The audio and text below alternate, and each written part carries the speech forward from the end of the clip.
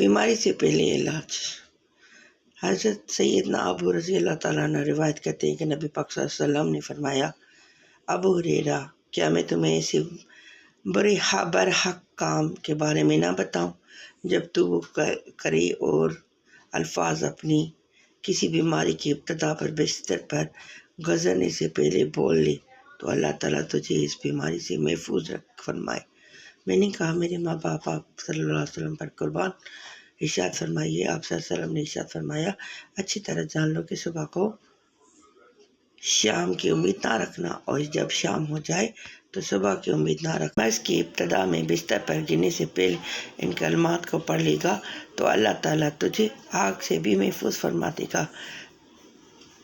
تو یہ پڑھا کرو، اعوذ باللہ من الشیطان الرجیم، بسم اللہ الرحمن الرحیم۔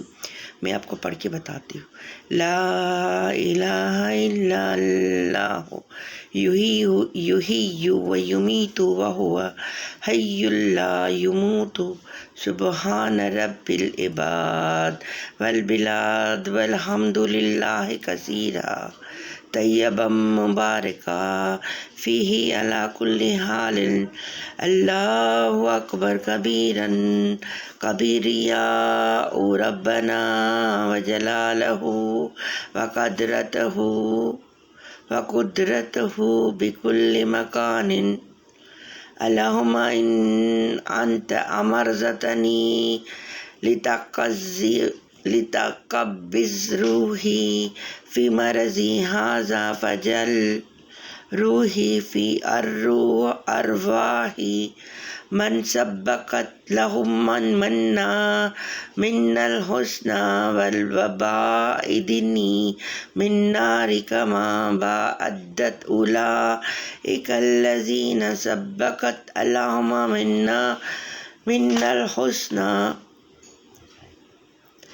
اور آپ صلی اللہ علیہ وسلم نے ارشاد فرمایا کہ اگر تو نے مرض میں فوت ہو گیا اور اللہ تعالیٰ کی خوشنودی میں ہوگا اور جنت تیرا مقام ہوگی، اور اگر تیرے گناہ کے آگے اللہ تعالیٰ تجھے بخش دے گا۔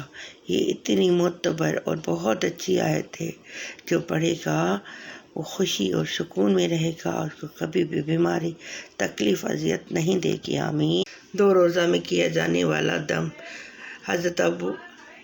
حضرت سید عبداللہ بن عباس رضی اللہ تعالیٰ نے حکم دیا کہ جب عورت پہ ولادت کا وقت یا تنگی ہو جائے تو قرآن پاک کی کوئی بھی سی 2 آیت لکھی جائے اور اس کو پلائی جائے دھو کے، تو اس کو ولادت میں آسانی ہوتی ہے۔